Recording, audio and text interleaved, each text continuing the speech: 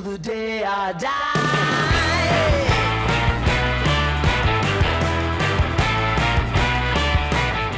Good morning, good afternoon, good evening. It's me, Sneha, your host, and thank you for joining the 4th episode of The Mindful Tangents. It's exciting. It's Tuesday. You guys had President's Day. I have President's Day off, so I'm obviously very excited. But as you can see, I'm in a new background. Behind me, you do not see my wonderful traveling cups that my family and I have gathered together as we travel from different locations, but you're seeing a white, overly saturated background. I'm sorry. The sun is strong. The snow, it just snowed. So if you know if it snowed, that means it tells you the time in which I recorded this. But this is pretty much the curtains. So for those of you who did get President's Day off, how do you guys enjoy it? Did you guys go anywhere fun? Did you guys sit at home? And for those of you who don't have President's Day off, because I know not every company celebrates President's Day, my previous workplace, they did not. Actually, they did not celebrate a lot of government holidays, now that I think about it. They celebrated mainly big holidays, which also is a good thing and a bad thing, I guess. And what I mean by that is that they would do one whole week for Christmas, one whole week for July 4th, which was actually pretty good because, like, you wouldn't have to put in your own vacation days. It's just automatically a firm holiday. But I also like this, to be honest, because every so often, like almost every month, literally every month, maybe here and there, not many months, but you just get like a 3-day weekend, which I think I prefer, honestly. And I already have vacation anyway, so going to use it. And it's not like at the firm you're taking vacation often. So on YouTube, not on YouTube. Why do I keep saying YouTube? On TikTok, of course, that's my literal source of up-to-date information, which is bad. Bad meaning it's not bad. I think there's all sorts of sources, all types of sources to get your information. I probably should read the news and read. Yeah, probably not going to read. But anyways, what I found, there was this random TikTok video just came up on my feed. And it was a combination. And the lady, it was an interview. And it was an interview at a cafe to a barista.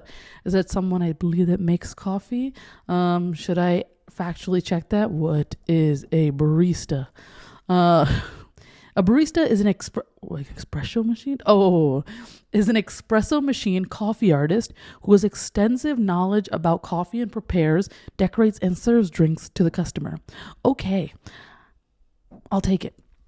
Anyways, so the interviewer, I believe, had asked the barista, hey, what's the weirdest drink you've made this year?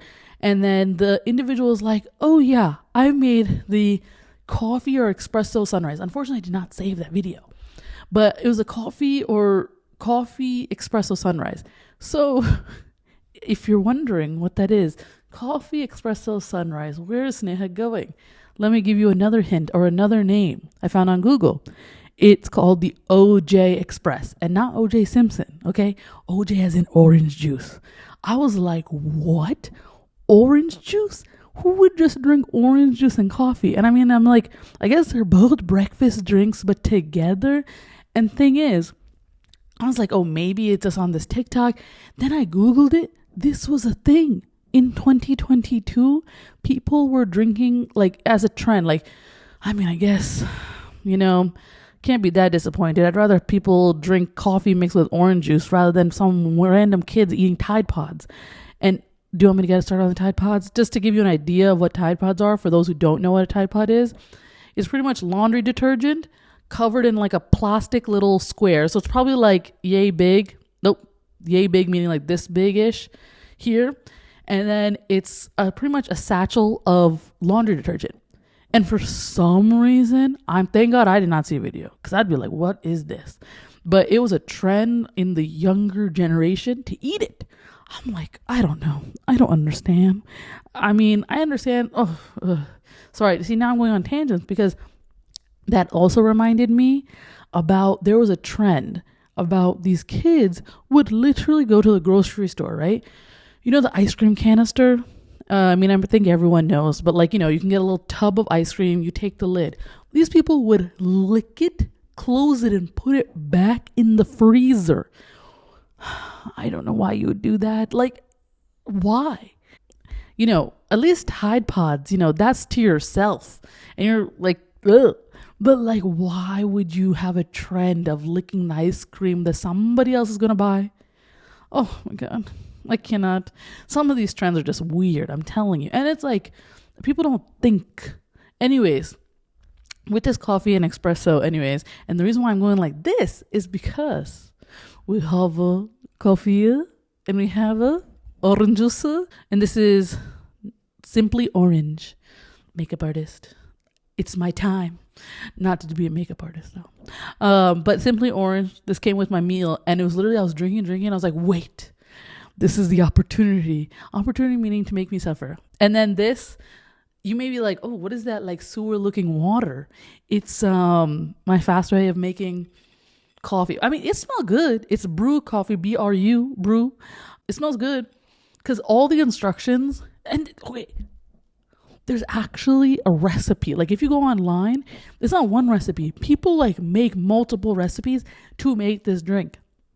You may think like, oh no, it's just like one and people are just joking. No, there are multiple like sites that people literally tell you the recipe. Anyways, so yeah, I mixed brew in here. That's why it looks like sewer water. Nice. But it smells very good. And brew is very good. And orange juice is very good. Not together. So I don't know why I decided to do this, but hey, I think it's fun. And I wanted to try it. And I have these ingredients. So if you can see me on the camera, I am very nervous. Anyways, so we will coffee, orange juice. Okay, I'm gonna put more orange juice, like, because it said to put half. I'm pretty sure I have more water than juice. Yeah, cartali. Okay, and I'm currently stirring for all those people. I'm not gonna do ASMR. That's just weird. Not weird because it's gonna be like ting ting ting. So let me adjust. It's a good thing I was looking at the camera because I was not adjusting the saturation. Anyways, this is the color. We got a little bit lighter. I don't know. Maybe this is not a good idea. Maybe I should scratch this portion. Okay. Before we get into that, and I'm going to drink that, just a sip. I'm not going to drink the whole thing. And maybe we can get Tony to drink it too. I have a bad habit. Not bad habit. I personally don't think it's bad. How about we clarify that way? Everyone else finds it weird, but I don't find it weird. I smell everything before. It's not like, depending on who's there, sometimes I'm blatantly just like that, But most of the time I'm like about to put it in my mouth. You know what I mean? And that's not weird. And the reason why I stick by that is because our nose is like a key, what's the word? A key sensory, oh God. What are my like words? What are the nose, eyes, lips, or tasting and senses? 7 senses? Oh God. 5 senses? Okay, it's one of the senses. So when I smell it, I automatically there's never been a case. Wait. Okay, I lie. I'll tell you why. There's never been a case where I can smell something. I can tell you right away if I like it or not. All the time. Because the smell, I feel like, does a huge portion of what it's going to taste like. And it's not like, and obviously people are going to say like, oh no, you should still try it. Okay, auntie, I will try it. And guess what? I don't like it. But then because you make it, I'm like, and then vomiting inside. Anyways, sorry. Smell wise, and the reason why I said sometimes is because there are some things that are fried or like has no smell at all. Those are like the only case scenarios. Or for instance, like yesterday we went to a restaurant. If you guys know Barcelona Wine and Bar, great place for having tapas. It's so good. And we tried one brand new thing. The lady said it was a dip. I was a fool. As you can tell, I'm really trying hard to avoid this orange juice and coffee. But I was a fool. So she said it's a spinach and chickpea dip. And I was like, okay, I like spinach dips. I like chickpea dips. That's hummus, if you don't know.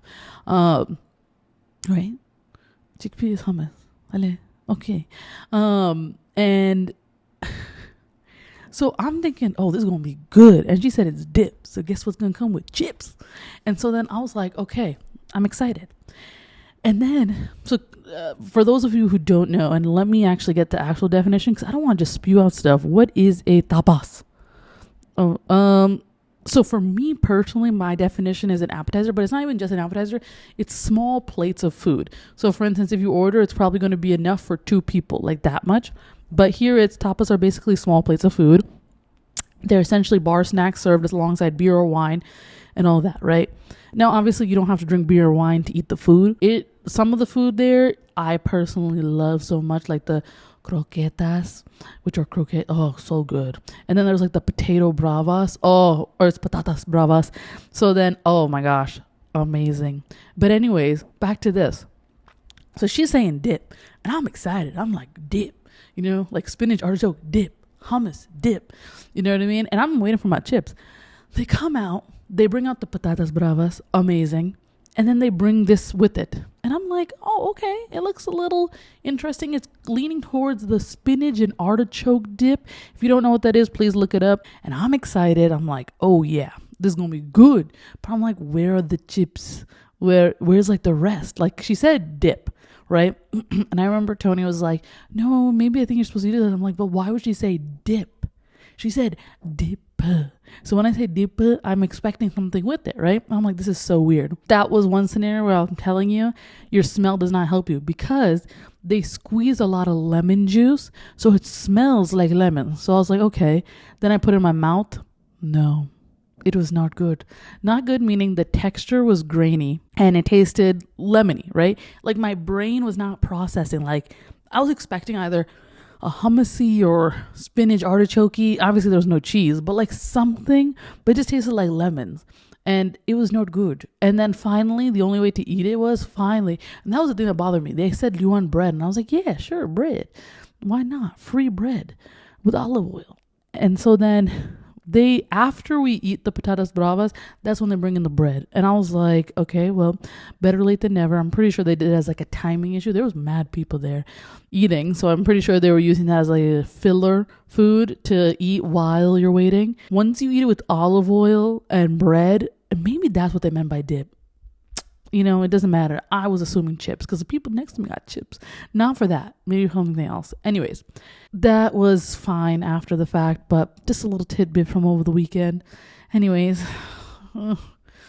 I was literally like, oh, the camera's off. It stopped working. It's no recording did not catch, but it did. It caught everything. And now we're here. Oh, God.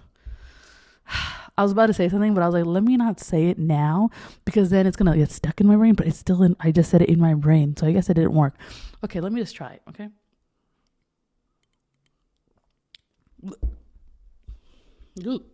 Oh, God.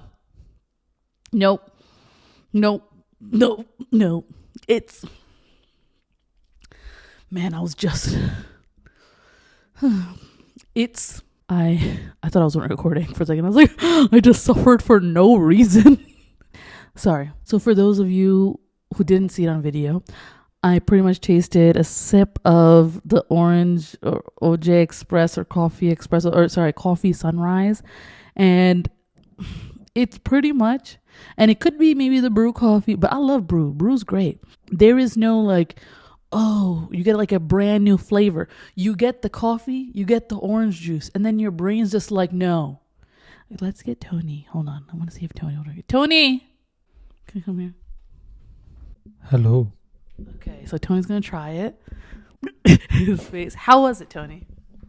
It's bad. His face. Even though he said bad, he just said off mic. It's horrible. Anyways. That's going to be put to the side and never be drunk again and into the thing. And now let me tell you, it looked like poop water, okay? Poop water. That's all my brain was thinking, poop. And I know I'm immature, but it's okay. Oh, that was horrible, okay? Horrible. You may be wondering, Sneha, you just changed your location if you're watching me through YouTube. And if you aren't, please, because this first video is just too funny. So what ended up happening was a few things have happened since the last time I was recording. computer and camera kept disconnecting from each other. And me doing my math, logical math, was like, oh, okay, it's disconnecting. It lasts for this long. So let me, it'll last me enough for the whole episode. No, it shut down after 4 minutes. Then I had to record again, and then it shut down again. And then I was like, I cannot keep doing this. It's going to keep shutting down. So then finally, we're in this setup. If you're wondering, we're on the sofa now. I mean, it's still a vibe, like sitting on the sofa, talking, you know what I mean? It's not so serious. I always thought sitting at a table was so serious, but it was great for my back. I mean, sitting on the sofa was great for my back too. But a little fun fact since then. So I recorded and it was just like a turn of events at one after the other, and I was just like, I'm done for today. So of course changed. Obviously everything was good. I was feeling the vibes of the sofa. We were recording, and then my camera, all of a sudden I can see on the monitor right above it. It was like, it is overheating. You need a time to cool down. And I was like, I mean, to be fair, the camera was running for a very long time at that point. So I was like, okay, let it cool down. Actually, even before that message came up, my mom had called me, and the call goes to my laptop too, and it just stops the recording. And I'm just like, and then the message came up with the cool, and I was like, we're done. We're done for today. Now it's a new day, and we find out that our fridge isn't working. But the good news is, so with this apartment, it's been owned by a couple of companies before this, and the fridge is old. The fridge, you can't tell me it's not old. It just blows warm air, and our ice, everything melted, everything. And we bought groceries yesterday too. When I woke up in the morning to make chaya, it's all condensate, precipitated, and then we call. And the best news ever, the guy is so chill. And he's like, yeah, these people, meaning he's referring to every single ownership of these apartments. They're like, yeah, they keep trying to update it, but they never update the appliances. And I was like, thank you, sir, thank you. And literally he ordered brand new fridges, and I was like, I'm taking it. He's like, yeah, we have an old one, but I think they did it for using. And I was like, my brain was like, nope, you said brand new already. So he ordered those already Friday. So I'm hoping that we're gonna get a brand new fridge. Yeah, now we can actually go into the episode. So, today's episode is just funny, the turn of events and how many things were going on. It was, I think it was the luck of the orange juice and coffee. That's what it was. And then after that, everything went downhill from there. I want to talk about a few topics. Obviously, the topic of growing up can span so many things, right? Like, our culture, our personal lives, our hair, school life, our town, everything. There's so many things that we can talk about. I've been seeing these videos, right? It's specifically the ones from Canada, Brampton. A lot of people from there were making these videos, and then also other people too from the United States about how people in India perceive those in America, right? And you may be like, Sneha, what are you talking about?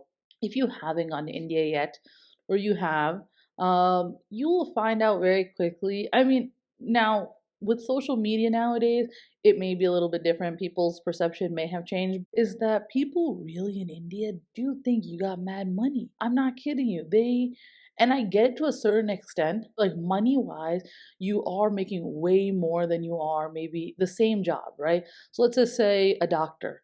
A doctor is probably making way more money in America than they are in India, right? But that being said, there are also the expenses that go along with making that so much money. It's not like the expenses are the same thing as India, like probably only a couple thousand, but then really here it's tens of thousands of dollars to do the equivalent. And that's why when people come here, they're so surprised about like how much the food costs. I feel like when people come, their first thing is to do is translate the US dollar to rupees, and they're like, "Oh my god." Or when I'm in India, it's like this much. I'm like, "Yeah, well, welcome to America." And once again, this is not against everyone. You know who you are. I will say that I feel like maybe after several years, if you are smart, you got a good job, I think to a certain extent, yeah, you are successful. I'm not going to say you're not successful and you're not well off, but I don't think it's like the instant. It's not like instant, like, oh, you got money. No, you got to study, you got to work hard. you gotta save. That's the big thing. You gotta save and you gotta work hard. And at the end of the day, eventually, hopefully, God willing, you'll get there. You'll get successful. You won't have to, maybe money's not the first worry there is. Now, going back to India. Now, I don't know how the experience is for those that immigrated here. When I say that, like, there are people my age that recently immigrated. I don't know how it feels to go back. I will speak as somebody that has been born and raised in the United States and going back to India. So, and this, I know several people I know that are similar to me have similar experiences, but when we go back, the classic thing to do is, you go to Costco, and Costco's a wholesale store, and, you buy candy, you buy pistachios, you buy like these, it's not like big gifts, it's small gifts, if that makes sense. And it's like all usually food based. My grandmother loves Bounty tissues. Okay. I mean, I don't blame her. Bounty tissues are pretty good. And then there's like soap, all these different things, right? Random things. And I feel like this was mainly a long time ago, not now, because I feel a long time ago, some of these things, well, okay, Bounty tissue, I still believe tissues in India are not that good to me personally. But to a certain extent, I do believe that this all happened years ago and compared to now. The reason why I say that is because years ago, I feel you couldn't really compare America to India and what we had and what India had. But now I feel like India has caught up greatly.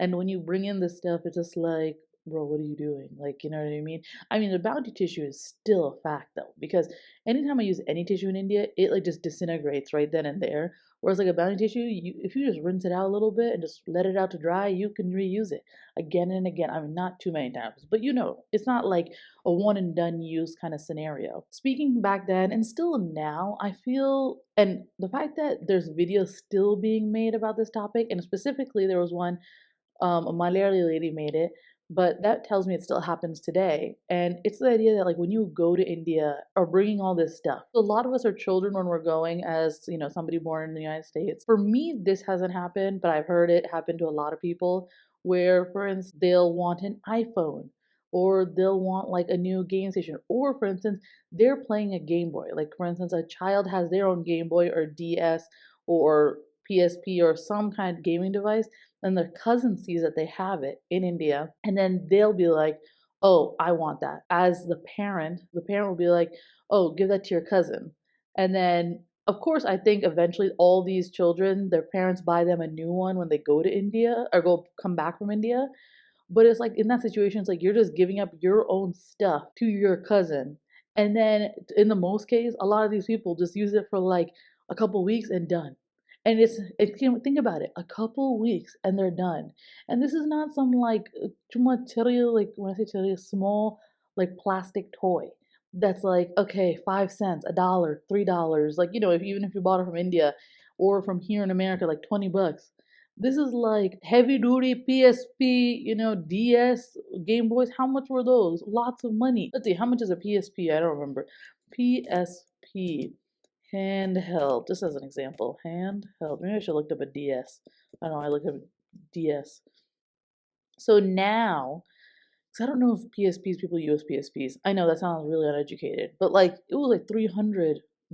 I'm looking up here, like some of the 300. Now it's 150, but it's how much is a DS? Let's see, around $200. It's doing an equivalence based on the economy, but $200+, and they're just thinking, oh, it's just a simple toy that's like $10. What do you want me to say? And I do feel that Indian parents, they do have a certain guilt on them that they need to provide.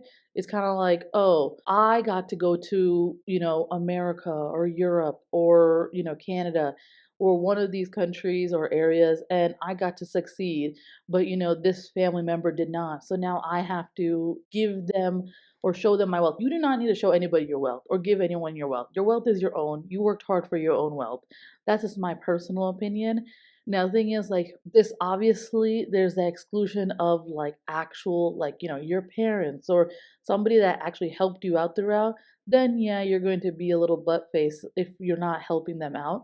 But there's no expectation that, like, just because they were related to you in this way, you have to help them out. There's nothing like that.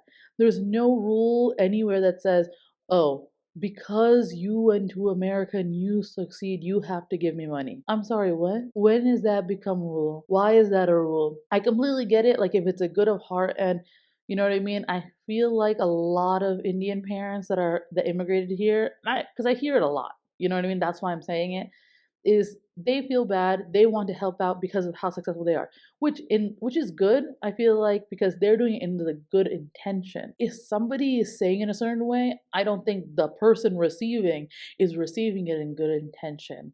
They're just receiving because they just want to make you feel bad and then they just want your money. It's hard out here.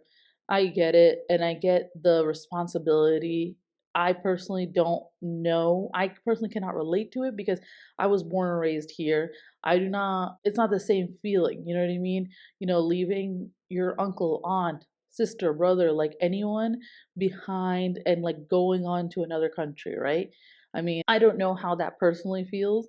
I do think that there should never be an expectation. Like, even for me, and even in America, right? It's not like just an Indian thing, by the way. I don't believe that because I think it's just there are going to be people that are just hungry for money no matter where you go. Like, there are people here in America that are also have expectation of money. Like, oh, you do this, so you're expected to do it. I've had people tell me because I make this much money that I should just be paying the bill for everyone. I'm sorry, what? It's insane because I make this much money, but every single other person in this table works, I have to pay. And I don't owe, nobody owes me money, but when they pay, I owe them money. Like, see how, like, when you say these things out loud, it sounds a little effed up, isn't it? Don't worry though. After I heard those comments and after I started realizing that people aren't paying me back and they don't want to, and that's just a tangent of its own. I just got myself typed up for no reason to let you guys know is that I learned very quickly that a lot of people are very slow to Venmo you or Zelle you back the money that they owe you, but when it's time for their money back, they're real fast. I mean, don't worry. Like, anytime I get food, I get panicked. And like someone else pays, I'm like, must give money back now. Like that, my brain goes like instant, like need to know the bill number now. But I learned those people. So then now what I do is I'm like, and you know what's ironic of the whole situation? When I start doing it to everyone else meaning those individuals that are very slow to give back the money or pay the bill, then all their faces turn some kind of way. And I'm like, it's kind of weird now that, I'm doing the same treatment you're giving to everyone else. Now you don't like it. But that's just a rant of just in general about money in general. When we go to India, and this expectation that we have so much money. Now, I don't believe we are not better well off than our relatives, our friends in India. No, not at all. Like, I do think we are, but it's just the expectation that, oh, I want this, I want that. And oh, that was the video that I've been seeing on Instagram. People are like, oh, where is my iPhone? And I'm like, bro, what? iPhone? Do you know how much iPhone is? iPhone's like, especially nowadays, it's $2,000. Now, if you have a relative that's willing to buy you an iPhone and doesn't want money back or anything like that, God bless you because that's mad money. Unless they got to use, that's funny. If they got you a brand new phone, and especially an iPhone, do you know how much money that is? That's a lot of money. Depending on your job, that can span from like a whole month's salary to like half a month, something month. It's not going to be, oh yeah, like this is like one day's worth of, oh man, I wish that was one day's worth of salary. That would have been the best, but unfortunately, no, it's not the case whatsoever. Then I know I'm going jumping. In my personal opinion, I live in a very majority white town. I remember in my high school, like you could count the number of colored people in your hands. You know what I mean? Like maybe okay, I'll give you two or three hands, and then that's it. That's all you got. And it's like a sprinkle, and obviously that's like just based off of the demographic here in my town. That's what I know happening. I don't know now. Maybe it's more diverse. Who knows? It was not very diverse in my town that I remember. Majority Caucasians, but that does not mean, by the way, if you're not from America, that does not mean people are racist. I mean, people may have, I feel, a little back in the day, because the social media wasn't very present, people made comments and jokes a lot, depending on your race. It could be you're Chinese, you're Indian, anything. And they'll just be saying jokes out of nowhere, you know what I mean? They don't recognize what they're saying, but also I think that's a family problem. their family doesn't tell them what's right and wrong, so then they just spew out anything. But that's neither here nor there. So let me just tell you a little story. I was in middle school. It was my math teacher. I think everyone knows about parent-teacher conferences, and your parents come. My last name is not necessarily Indian, and when I say Indian, meaning my first name is Sneha. So if you hear that name, you can tell the background of ethnicity. But my last name is just biblical. Biblical meaning, we got our Matthews, we got our Josephs, we got our Thomases, names from the Bible. From a young age, I obviously knew why my last name was Thomas. I'm living my life. Parent-teacher conference comes around. The day after, my math teacher comes up to me. I don't remember the lady's name anymore. Honestly, don't care. But she just straight up tells me. And at the time too, keep in mind, a lot of people did these kinds of things to me, and I was just like, as a kid, it obviously wasn't offensive or anything. By the way, it's not like she said anything bad. It's just like you hear these people's inner thoughts, and you're just like, wow, okay, we need a lot of education here. Anyways, what this teacher straight up told me was, oh, I thought your dad was white. And I was like, why would you think that? And then she's like, oh, because of your last name. And then she's like, because obviously my dad looks straight Indian, okay? He cannot be anything else. Maybe like Guyanese, something that's Indian, like Indian descent. But like literally, he does not look anything Indian. And then woman was not satisfied. And so then her next question was, is your mom Hispanic? I was like, no. I'm like, both of my parents are from India. Both lived in India. And my mom came when she was in high school. And my dad came after they got married, right? And I'm like, no, they're both Indian. Indians can look 5 different shades of colors, you know what I mean? Different undertones. It was just kind of like, it was the fact that she assumed a lot of things, but never took time to understand it, you know what I mean? I think those things bother me a lot.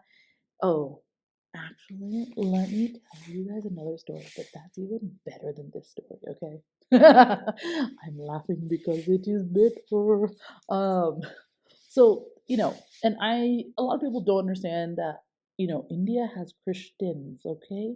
So us Christians have a lot of biblical names. And, some people's names could even have even more biblical names. You wouldn't even know we're Indian if you just looked at our name. Like some of our names could be like, for instance, Sarah Mary Matthew, right? If you just Sarah Mary Matthew, if you read it, you'd be like, oh, they're American or European descent.